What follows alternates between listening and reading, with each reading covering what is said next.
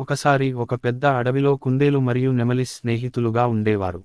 కుందేలు చాలా హుందాగా, బుద్ధిమంతంగా ఉండేది. కానీ, తన అందాన్ని గురించి నెమలికి చాలా గర్వం. ఒక రోజు నెమలి అక్కసుగా ఇలా అంది. ఏంటి కుందేలు, నీవు ఎంత సాధారణంగా ఉన్నావో చూడు. నీకు పంజాలు కూడా లేవు, రంగులు కూడా లేవు. కానీ నన్ను చూడు, నా రెక్కలు ఎంత అందంగా మెరిసిపోతున్నాయో.